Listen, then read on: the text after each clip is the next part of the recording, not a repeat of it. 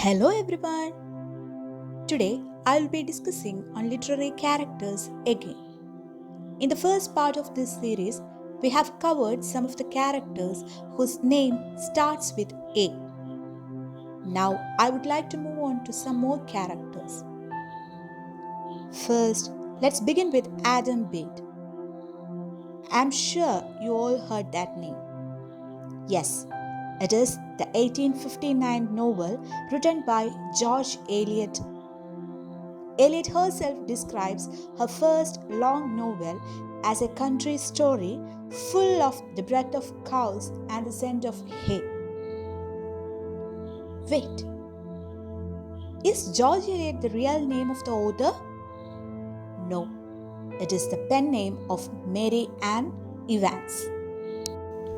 She was an English Victorian novelist who developed the method of psychological analysis, the characteristics of modern fiction. Adam Bede was a combination of deep human sympathy and rigorous moral judgment. She dedicated the manuscript of Adam Bede to her love, George Henry Lewis, with whom she spends her life without legally got married. The story's plot follows four characters' rural lives in the fictional community of Hayslope, a rural, pastoral, and close-knit community in 1799. The novel revolves around a love rectangle among the beautiful but self-absorbed Hetty Sorrel, a dairy maid, Captain Arthur Donington, the young squire who seduces her, Adam Bede, a carpenter, her unacknowledged suitor, and Diana Morris, Hetty's cousin, a fervent, virtuous, and beautiful Methodist lay preacher. The loss of women's virtue was a common topic for 19th century novelists. But Eliot's decision to center the novel on a female Methodist preacher, Diana Morris, set Adam Bede apart from other literary works of the time. When Hetty is charged with murdering her illegitimate child, it is Diana alone who treats the girl with real human sympathy. Eliot based the character of Diana on her Methodist aunt, Elizabeth Evans, who in 1802 had prayed with a woman convicted for infanticide just as Diana prays with Hetty. The value of hard work, the power of love, the consequences of bad behavior are all there in this novel. Bede is the imperfect hero of the novel. He is a proud, intelligent man but not well educated, who considers himself a good carpenter and a hard worker who is judgmental towards his father. He has a soft spot for all helpless creatures. He has a stoic philosophy in that he feels that one should always do one's duty no matter what the circumstances. He is a very strong nature, brave and aggressive, and very self-confident, and he expresses himself honestly. At the end of the novel, he comes to see that it is more important to love than to be technically right in any given situation. So that's all about Adam Bede. I think everybody has heard about Belinda, but hardly anyone knows a lot about her. Bright as the sun, her eyes the gazers strike, and like the sun, she shines on all alike. She is our next character, the protagonist of Alexander Pope's poem, The Rape of the Lock. Pope is best known for his satirical and discursive poetry and is considered a master of the heroic couplet. Pope wrote the poem in response to a request made by his friend John Carroll, a prominent Roman Catholic of the time. Carroll explained that his friend, Lord Page, had cut off a lock of Arabella's farmer's hair. Ever since the incident, the families had been feuding. In order to make light of the situation, Bob wrote The Rape of the Lock.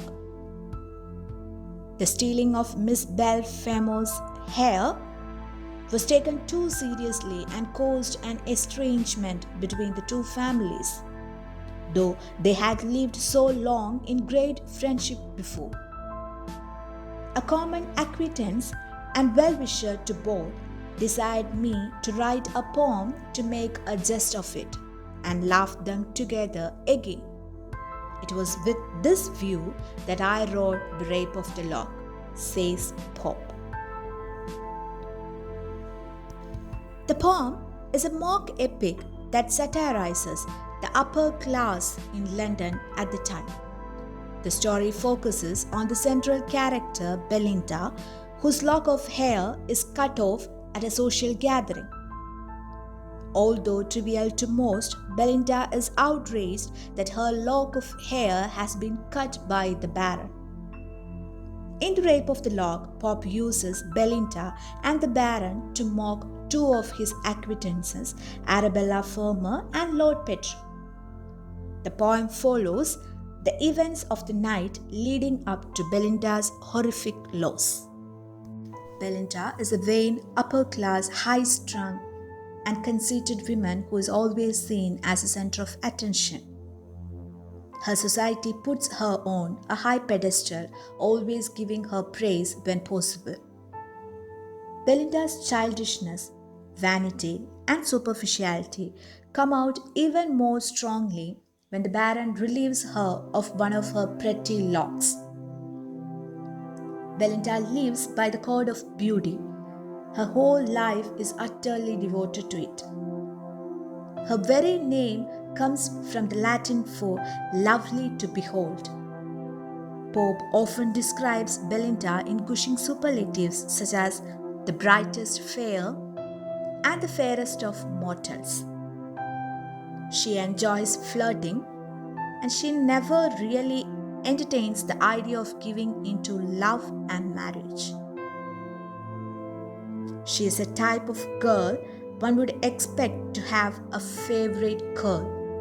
Neglecting Ariel, her fairy guardian in charge of her hair, advised to beware of all men, she plays cards flirtingly with two suitors, the Baron being one of them. The Baron is aided by Clarissa, a jealous friend of Belinda's, who slips him the scissors with which to steal the curl. That's all about Belinda. Let's now turn to our next characters. Who are they?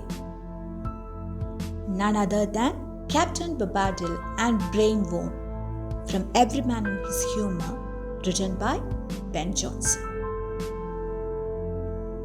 Benjamin Jonson, who is an English steward, dramatist, lyric poet, and literary critic.